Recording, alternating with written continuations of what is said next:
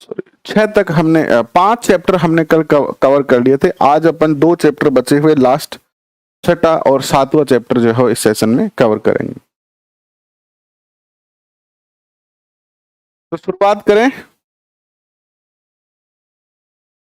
अक्षय जी,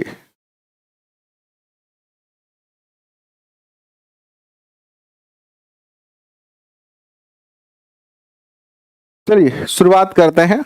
chapter number 6 से शुरुआत करते हैं आज के सेशन की। राजस्थान का एकीकरण। वैसे हमें राजस्थान का एकीकरण हिस्ट्री में तो पढ़ना ही है, तो पहले हम यहां से पढ़ लेते हैं, फिर अपन हिस्ट्री की क्लास में इसको अलग तरीके से पढ़ेंगे ही। ये आपके जो टॉपिक हैं वो मुख्य रूप से तो रीट लेवल फर्स्ट और सेकंड दोनों में ही है।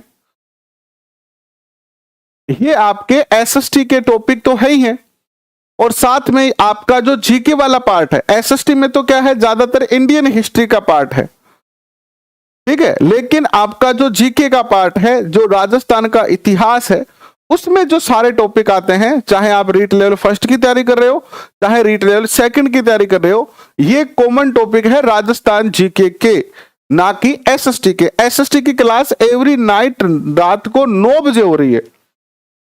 बहुत सारे बच्चों के मैं कमेंट देखता हूं, सर एसएसटी की क्लास कब शुरू करोगे, एसएसटी की हमें एसएसटी करवा दो। तो आपको बता देना चाहता हूं कि एसएसटी में हमने लगभग जो है वो 40% कोर्स जो है कवर कर लिया है, और एवरी नाइट 9 PM जो है वो एसएसटी की क्लास होती है, तो वहां आप हमें ज्वाइन कर सकते हो। ये राजस्थान जीके की क्लास है, जो REET level first, REET level second दोनों के लिए ही जो है वो कारगर रहने वाली है। तो देखिए, भारत विभाजन के दंगों का प्रभाव राजस्थान की किन रियासतों पर पड़ा? अलवर भरतपुर पर पड़ा। मत्स्य संघ के प्रधानमंत्री शोभाराम कोमावत का संबंध किस प्रजामंडल से है? अलवर प्रजामंडल से है। मत्स्य संघ का उद्घाटन किसके द्वारा किया गया था? यह क्वेश्चन बहुत बार पूछा गया है। NB गाडगिल ने 17 मार्च 1948 को किया। एकीकरण का दूसरा चरण किस नाम से जाना जाता है? राजस्थान संघ के नाम से जाना जाता है। एक बात आप देखना, नोट करना कि हमने कक्षा 6 में हमारा राजस्थान भाग 1 पढ़ा, कक्षा 7 में हमारा राजस्थान भाग 2 पढ़ा, कक्षा 8 में हमारा राजस्थान भाग 3 पढ़ा, और कक्षा 9 में हम राजस्थान का स्वतंत्रता आंदोलन पढ़ रहे हैं, और कक्षा 10 में हम राजस्थान का इतिहास और कला संस्कृति पढ़ेंगे। इन पांचों बुकों को 6, 7, 8, 9, 10, इन पांचों बुकों को जब एक साथ कंबाइंड कर लोगे आप, यानी जहां पर भी आप नोट्स बना रहे हो या आप PDF डाउनलोड कर रहे हो, उन पांचों बुकों को जब आप एक साथ पूरा कर लोगे, अच्छे से समझ गए, तो राजस्थान जीके आपका कवर हो जाता है ऑलमोस्ट। और वो राजस्थान जी के कवर हो जाता है जो सबसे ज्यादा ऑथेंटिक है, सबसे ज्यादा सही है, क्योंकि इससे ज्यादा ऑथेंटिक कोई बुक है नहीं मार्केट में, क्योंकि हम पढ़ रहे हैं NCERT से, और जितने भी पेपर बनेंगे वो यहीं से बनेंगे। तो इन पांचों क्लास को कंबाइंड रूप से आप जो है अच्छे से समझना, नोट्स बना लो, सबसे अच्छा तो यही रहेगा। नोट्स नहीं बना पा रहे हो तो PDF डाउनलोड करके इनको याद करते रहो, प्रिंट निकाल कर, क्योंकि ये आपके पेपर के लिए बहुत ज्यादा महत्वपूर्ण सिद्ध होगा। आपका इसमें ज्योग्राफी भी आ गया है, इसमें आपका जो है वो हिस्ट्री भी आ गया है, इसमें आपका कला संस्कृति भी आ गया है ना। देखिए, मैं अपने 10 वारंट पर हस्ताक्षर कर रहा हूं। कथन किसका था? महारावल चंद्रवीर सिंह, जो कि बांसवाड़ा के थे। नेहरू ने एकीकरण के किस चरण का उद्घाटन किया? संयुक्त राजस्थान। चंद्रवीर बांसवाड़ा के थे कि सिरोही के थे? कमेंट करके बताओ।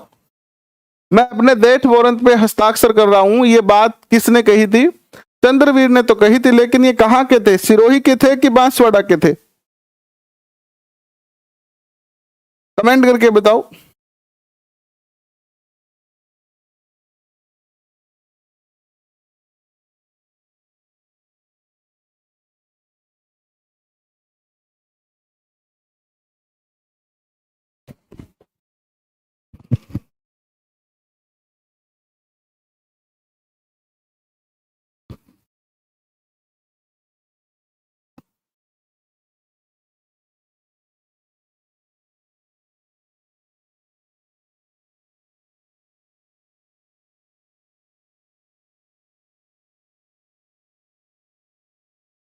बिल्कुल बांसवाड़ा के ही थे। ठीक है, नेक्स्ट देखिएगा, वृहद राजस्थान निर्माण के दौरान बीकानेर रियासत के किस विभाग की स्थापना की गई थी?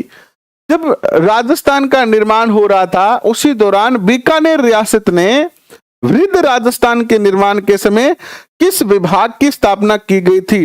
वृहद राजस्थान के निर्माण के समय राजस्थान के 5 जिलों के अंदर 5 अलग अलग विभागों की स्थापना की गई थी, जिसमें बीकानेर को जो है वो क्या मिला था? बीकानेर को शिक्षा विभाग मिला था, और उदयपुर को जो मिला था इस दौरान खनिज व कस्टम व एक्साइज विभाग मिला था। वृहद राजस्थान के निर्माण के दौरान कोटा को जो मिला था वो मिला था वन व सहकारी विभाग, और जोधपुर को जो मिला था वो मिला था क्या? जोधपुर में हाईकोर्ट की स्थापना जो है की गई थी। और इसी दौरान जो है वो भरतपुर में क्या किया गया था? भरतपुर में जो है वो कृषि विभाग की जो है वो स्थापना की गई थी। याद रखना, पांचों के पांचों क्वेश्चन आपके लिए मोस्ट सिद्ध होंगे पेपर के अंदर। नेक्स्ट क्वेश्चन देखिएगा, किस दिन को राजस्थान दिवस के रूप में मनाया जाता है? तो 30 मार्च को। और वृहद राजस्थान का प्रधानमंत्री किसे नियुक्त किया गया? हीरालाल शास्त्री को। एकीकरण के अंतिम चरण में शामिल हुआ अजमेर किस श्रेणी का राज्य था? अजमेर जो था वो सी श्रेणी का राज्य था। यह एक केंद्र शासित प्रदेश था।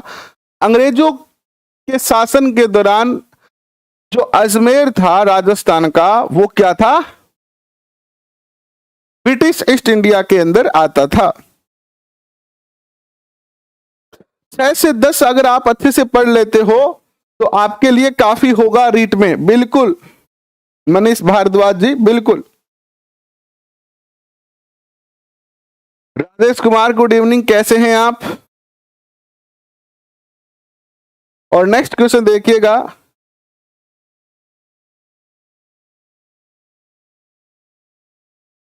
नेक्स्ट आता है आपका, मत्स्य संघ को वृहद राजस्थान का हिस्सा बनाने के लिए किस समिति का गठन किया गया था? डॉक्टर शंकर राव देव समिति। क्या था? डॉक्टर शंकर राव देव समिति का गठन किया गया था। और गोकुल भाई भट्ट का जन्म स्थान कौन सा था? हाथल नामक गांव है सिरोही में। और सिरोही का आबू वाला क्षेत्र राजस्थान में पुणे कब मिलाया गया?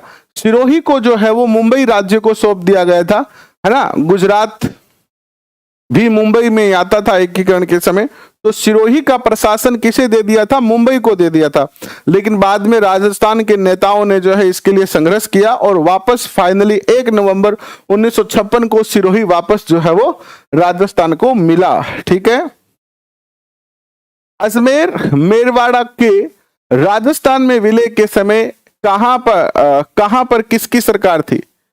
हरिभाऊ उपाध्याय की। जब अजमेर मेरवाड़ा के राजस्थान में विलय के समय यहां पर जो सरकार थी वो हरिभाऊ उपाध्याय की थी। और वृहद राजस्थान की राजधानी के निर्धारण हेतु किस समिति की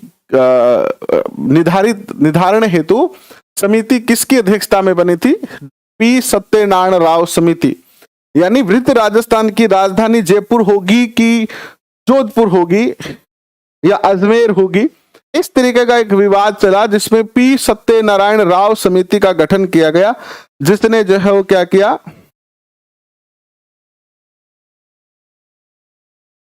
ये अपनी रिपोर्ट दी कि राजस्थान की राजधानी जयपुर होना चाहिए। लास्ट चैप्टर आता है आपका राजस्थान की शौर्य परंपरा। देखिए, आओ बच्चों तुम्हें दिखाएं झांकी हिंदुस्तान की प्रसिद्ध गीत किसकी रचना है? कवि प्रदीप की है। ये वैसे तो ये 7वां चैप्टर हमारे लिए मोस्ट नहीं है। संत सभा का आयोजन कहां पर किया गया था? मानगढ़ की पहाड़ी पर। इसमें जनरल सारी चीजें हैं तो एक बार हम पढ़ ही लेते हैं। 1912 में लॉर्ड हॉर्डिंग को मारने के लिए दिल्ली बम कांड किसकी योजना थी? प्रताप सिंह और जोरावर सिंह बारठ की। और राजस्थान के पहले परमवीर चक्र विजेता कौन थे? मेजर पीर सिंह शेखावत या पीरू सिंह शेखावत। मेजर पीरू सिंह शेखावत का जन्म कहां पर हुआ था? रामपुरा बेरी, जिला झुंझुनू। रामपुरा बेरी रामपुरा और रामपुरा बेरी, ये 2 गांव हैं राजस्थान के झुंझुनू जिले में। ठीक है, तो रामपुरा बेरी गांव के थे कौन? देखो, जो रामपुरा गांव है वो तो कहां है? चूरू डिस्ट्रिक्ट में है। बेरी रामपुरा और रामपुरा बेरी ये दोनों जो है वो कहां है? झुंझुनू में है। नेक्स्ट क्वेश्चन देखिए आपके स्क्रीन पर, मेजर पीरू सिंह किस बटालियन का नेतृत्व कर रहे थे? 6 राजपुताना राइफल का। मेजर शैतान सिंह का जन्म कहां पर हुआ था? जोधपुर में, 1 दिसंबर 1924 को। किस युद्ध में मेजर शैतान सिंह शहीद हो गए थे? चीन भारत युद्ध में। मेजर शैतान सिंह किस बटालियन का नेतृत्व कर रहे थे? 13वीं कमायूनी बटालियन की। ये क्वेश्चन अपने लिए है नहीं, वैसे अपने सिलेबस का भी पार्ट नहीं है। ऐसे क्वेश्चन पूछे जा सकते हैं कि राजस्थान के प्रथम अशोक चक्र विजेता कौन थे? तो हवलदार शंभूपाल सिंह।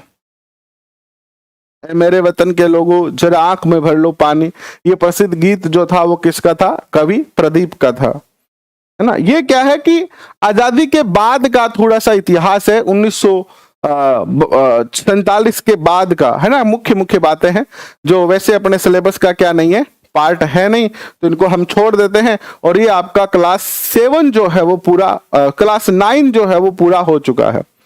क्लास 9 आपका क्या हो चुका है? पूरा हो चुका है। कल अपन कक्षा 10 की जो है वो शुरुआत करेंगे। उसमें कक्षा 10 में पहले हम ओल्ड आरबीएससी पढ़ेंगे जो 2018-19 में लगती